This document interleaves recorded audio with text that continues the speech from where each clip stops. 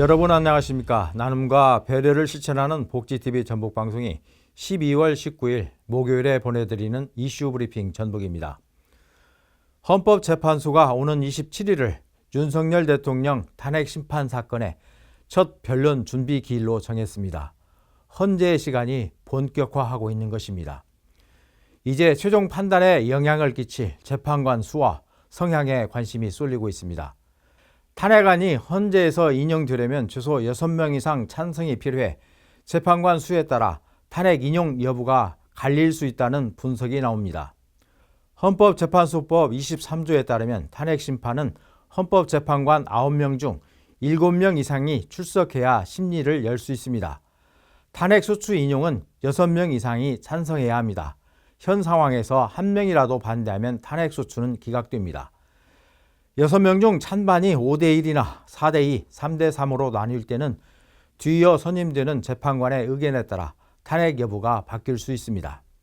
게다가 문형배, 이미선 재판관의 임기가 내년 4월 18일 종료되는데 이것도 하나의 변수입니다. 법조계에서는 이번 탄핵 심리는 법 위반의 중대성 여부에 따라 최종적으로 결정될 것이지만 재판관의 성향도 중요하다고 말합니다.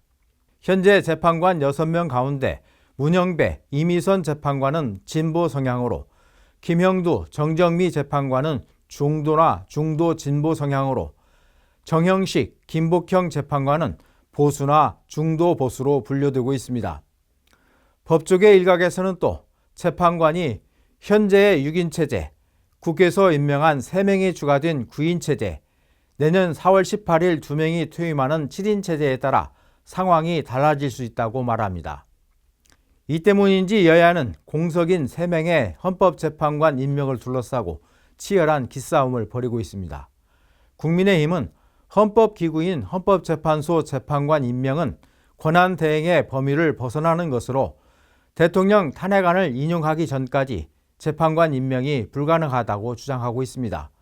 어떻게든 시간을 벌어 탄핵 전까지 최소한 이재명 대표의 항소심 판결을 이끌어내겠다는 계산입니다.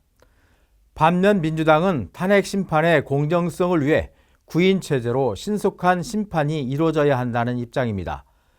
진보 성향의 두 재판관이 퇴임하는 내년 4월 18일 이전에 탄핵 절차가 마무리돼야 대선 전국에서 유리한 고지를 선점할 수 있다는 속셈이 깔려 있습니다.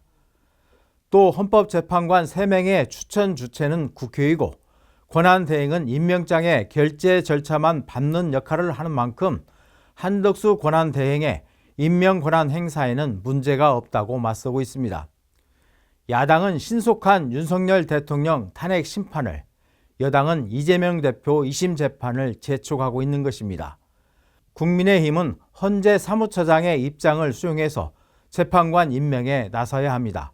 그렇지 않으면 계엄을 옹호하며 심판 재현에 나선다는 비난에서 벗어날 수 없습니다.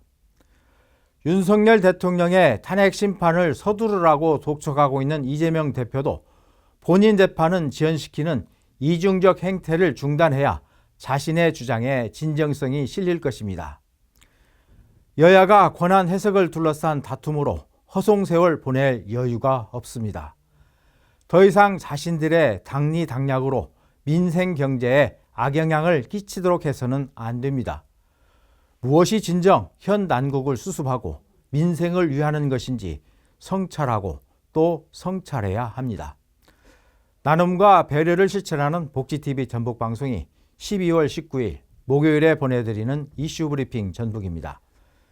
이 방송은 환자중심병원 전주 대자연병원, 물의 새로운 혁명을 이끄는 수소수 생성기 슈퍼바이오 지원으로 제작됐습니다.